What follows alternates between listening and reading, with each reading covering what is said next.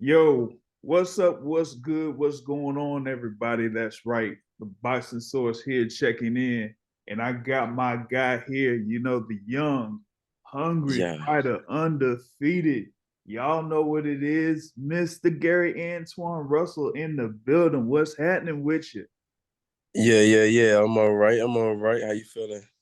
All good, man. All good. I know it's been some time, man.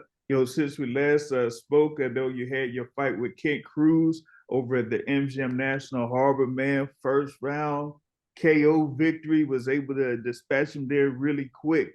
There, so I know that you've been, working since then, as far as like, getting self fully back. So how you been feeling in the gym? I've been feeling good, man. Just trying to stay in shape. This boxing sport, man, it's all year round. Sometimes stuff get postponed. Sometimes stuff be on schedule.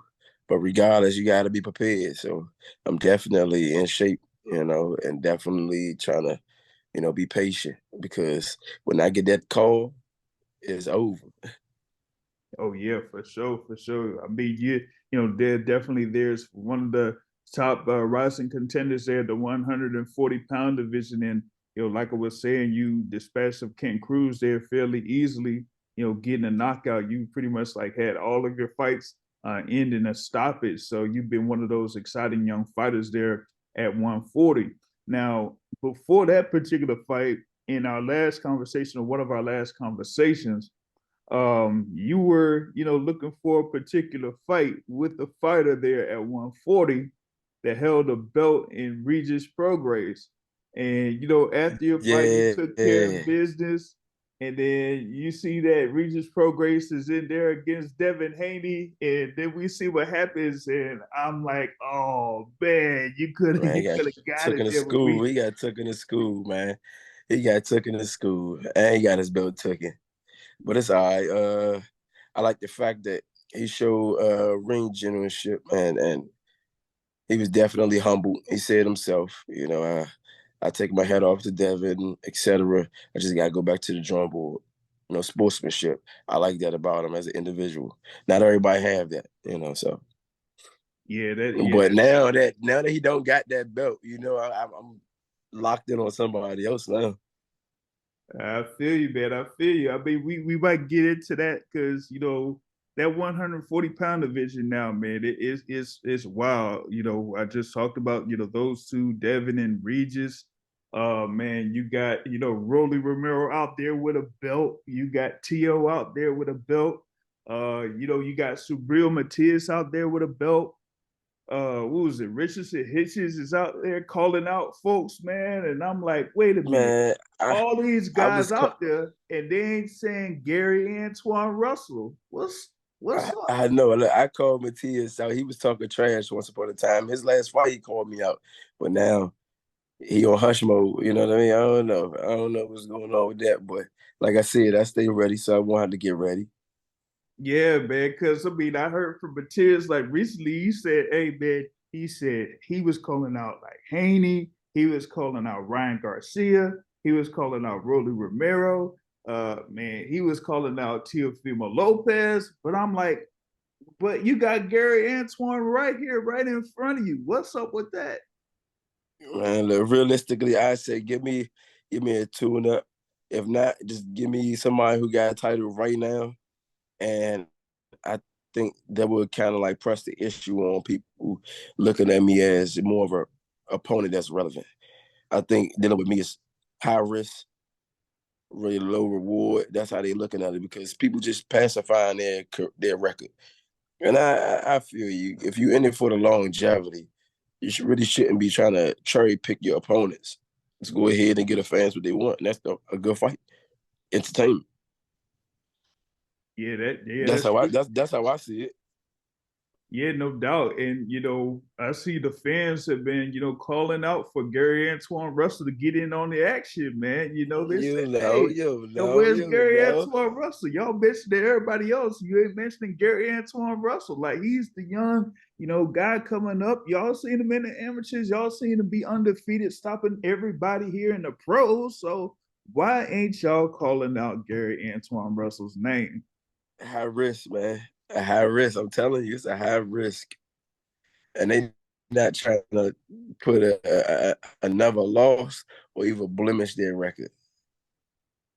Yeah, And I honestly, I mean, I can't complain about that. After a while, the circle gonna get smaller, and people gonna have to be mandatories.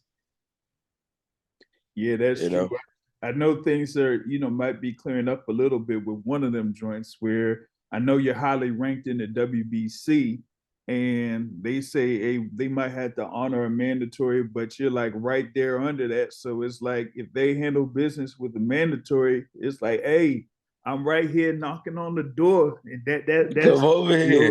let's That's what I'm come on saying. with it. Come over here, and that's what eventually that's what it's gonna be. That's what it's Yeah, gonna be eventually. yeah, it looks like it because it's like, hey, now they won't be able to have a choice. Hey, if it has to be Devin Haney, hey, so be it. If I'm if you're the mandatory, so be it. You know what I'm saying? Just be right there, in waiting and say, hey, y'all can't not mention my name no longer. You're gonna have to mention my name now because y'all ain't got nobody else to go to. Exactly. Exactly. And then when I get that strap, it's like, now y'all gotta come to me. Yeah, Y'all it's like got to come to me at that point. yeah, it's like no choice, man. Now I did mention that fight against Kent Cruz there earlier, that you had over at the MGM National Harbor. Going into that fight, I know you was focused and everything and, ready to rock and roll. But then the day before the fight, of course, you got the whole thing with the weigh-ins. And Kent Cruz comes in there like what it was about 3 pounds, overweight, and it's like, oh man, it's like, do we have to think about not going through with this fight? But I know, you were talking with it. I know you had your brothers there, Gary's there. Y'all were just saying, hey, let's just go through with it. Let's go for it. So does that like, go into, how you're like hungry to get in the ring or like how, you handle things professionally, as a fighter, because that's like a whole thing with business too, because they're in an Exactly. agreement to, be at a certain weight and then they don't follow through with it. You know what I'm saying? Right. So it's a little bit of both. You got the professionalism that got to be shown and broadcast when it comes to the business side of it, But like he's sharing the same battlefield as me, so it's not unusual for a person to come in overweight sometimes. You know what I mean? And I know that he's putting his body through depression, wear and tear, trying to get down. He trained. He had a training camp just for this particular day. Vice versa. I don't want to let this hard work from me or him go to waste. We still get fans what they want. You still get some coins in your pocket. But as to the professionalism, we're gonna show you that matters because it's still a business at the end of the day. So of course you got penalties, fines, and stuff like that. And I really wasn't caring that day. He was overweight 3 pounds. When I'm sparring, not normally, like naturally, I would be sparring people that's every bit of 170, 175, 152, stuff like that. Like just not too long ago, just 12 rounds. Everybody was bigger than me. It's not even about the size. It's about the IQ and executing certain things. I always tell people that normally the person who can execute their game plan and do it efficiently come out victorious. Everybody coming in there with a game plan, but Mm-hmm. not everybody can pull it off. So when I'm in there sparring, a lot of these guys, they already be bigger than me. I wasn't caring about Kent Cruz being 3 pounds overweight. What I cared about is the professionalism that he didn't show. You knew months ahead of time that we're supposed to make this weight. You know what I mean? But like I said, I got love for the sport, love for the craft and stuff like that. And I wanted to get the fans some entertainment. Even after the fight. That's funny you bring this up because even after the fight, if you was to listen, my oldest brother, he was saying, Shaw, there's some things we gotta tweak. This is show business. I don't think anybody heard him, but if you go look at the fight and watch it all the way through, all the way up to the point you see him getting interviewed, that's what Junior said. That's what Mr. Gary Russell said. Let's show business. You could have took it out of one round. You could have let it go 4 rounds, 5 rounds, and just like beat the crap out of this guy. Could have turned him into some grape juice or something. Just show him that he's not on your level. Differently. You know what I mean? As far as the show business side of it. Or should I say the show side of it? You have the show, then you have the business side. So. Yeah, I feel you. I mean, yeah, there's different ways to, impress fans or, impress people when it comes to, being out there in the ring. And, whether it's, like you said, if it's 1 round or 4 rounds that, they could say, hey, man, like Gary Antuanne dominated Kent Cruz over 4 rounds. Right. Like he ain't really had much of a shot, or like over 4 rounds, you can show more of your tools, not just on the offensive side, but the defensive side too. Defensive side too, right. So that's the thing that, some, when some fans, think about certain fighters, they say, they're a multi-tool or multifaceted fighter because they can switch from offense to defense and everything like that. But they at least have something where they go through a few rounds where they're able to see that work. But yeah, in 1 round, usually you can't see that because it's like, man, that's easy. Right. That's in and out. Everybody try to shoot for a knockout. That's like the ultimate. It's a pinnacle, a knockout. So it's kind of like you can get a knockout in 1 round, but it didn't show that you, like you said, multifaceted. Like you got the good defense, you got good offense, your IQ is showing. Like your reflexes and stuff like that. It's like on top tier. Like I didn't get a chance to show that, so that's why my brother was like, "Man, look, it's a show side to this too. It's show business. It's entertainment. Entertain." Yeah. You had him hurt. You already had him down. You could have, man, look, stretched it out a little bit, then stuck a fork in him. In other words, so. You could slow cook cool. him. You know what I'm saying? Just slow cook him. Yeah, rotisserie chicken that man. I could have. And that's what we've been working on lately in the gym. So it's like a lot of times you have people who are bigger than me and durable, but the more we progress our craft, like it don't matter how big you are, let a place shot be like placed correctly. Let a shot be placed correctly. It don't matter how big you are. We're gonna get the results. So we've been working on a lot of everything, so. Word, for sure. Like, how is it, being there in that gym with your brothers, man? I know, like me personally, I haven't been out there in a while, man. I know it's like I said, you be working. Like once you walk in that gym, it feels like you worked for about 30 minutes already once you stepped in. So like, how is it there, with your brothers and get working while also, sparring with people that's coming in the gym? I mean, it's active. It's a gym. I can tell you that. You got some gyms that just give you the persona of recreational. You know what I mean? It's recreational. No, we got a gym. It's rugged. At least it look rugged. Everybody there working. You got everybody there sweating, dripping. It smells like a gym. It look like a gym. People in there training like it's a gym. It's not no people in there playing, lollygagging around. Everybody there for the same purpose and common goal.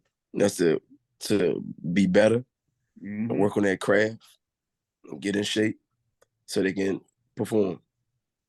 Yeah, that's so that's how our gym environment be. Yep.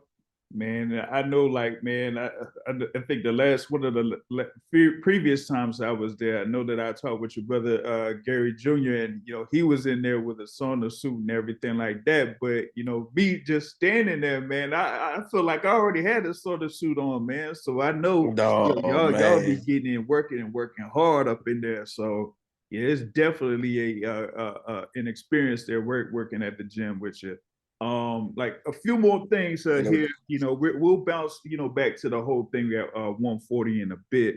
But is there like anybody outside the 140-pound division that, you've been, keeping your eyes on, whether it's, at 135 maybe or 147? Because, we talked multiple times about, a couple fighters that are, outside of 140 that you've been interested in, but is there like, somebody new that might have came up as far as like that piqued your interest as far as like, what?